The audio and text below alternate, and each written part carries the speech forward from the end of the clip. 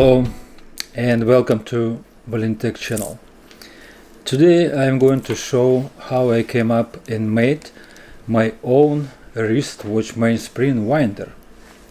When I started working on mechanical watches, I had no mainspring winder, and I've tried to put mainspring into the barrel by hand.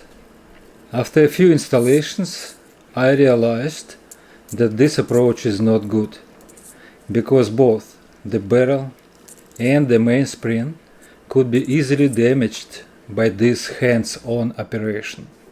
So I started to look at the market to purchase a mainspring winder set.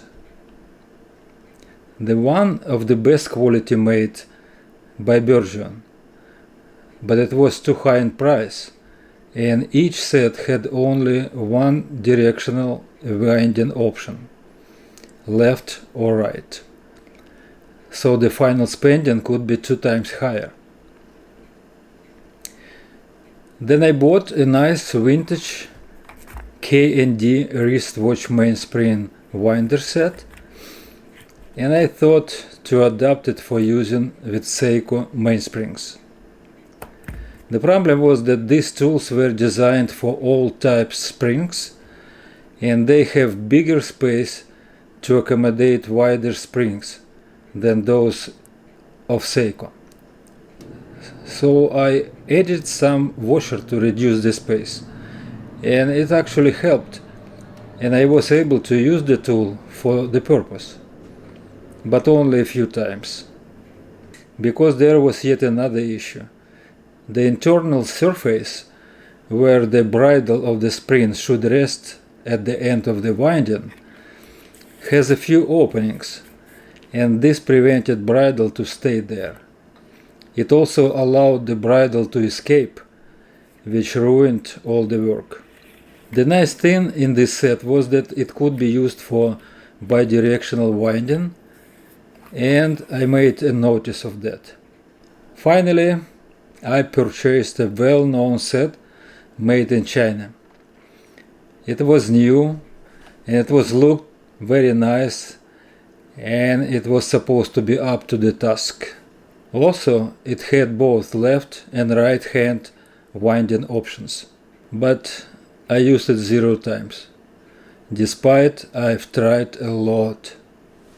I recognized that at least on my particular set, those hooks don't hook. They're made on the same level as the arbor, and I had no single event of successful spring winding using these hooks. I watched a video on the Mark Lovick's watch repair channel, where he compared Bergeon and Chinese-made mainspring winders. He mentioned the weakness of the brass hooks on the Chinese winders, and it's a very fair statement, because they don't last long after contacting with a strong steel mainspring. But in my case, I even could not use this tool at all. And then I started thinking about making my own mainspring winder. It should be free of all those flaws that I found and mentioned above. I wanted to avoid a high cost and at the same time come up with something of the same or close reliability and functionality. And I wanted to make a universal tool. I mean bidirectional. The rest of this video shows how I made it and how it works.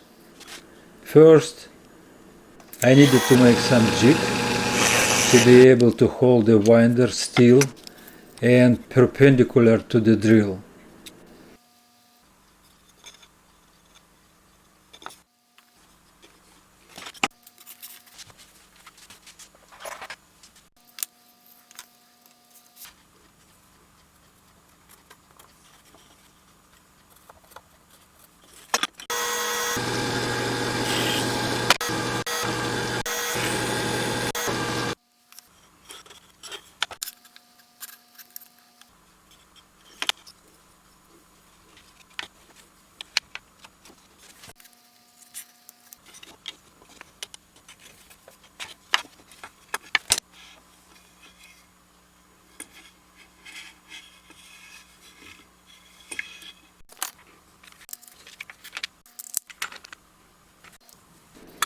After that, I drilled a small hole across the arbor.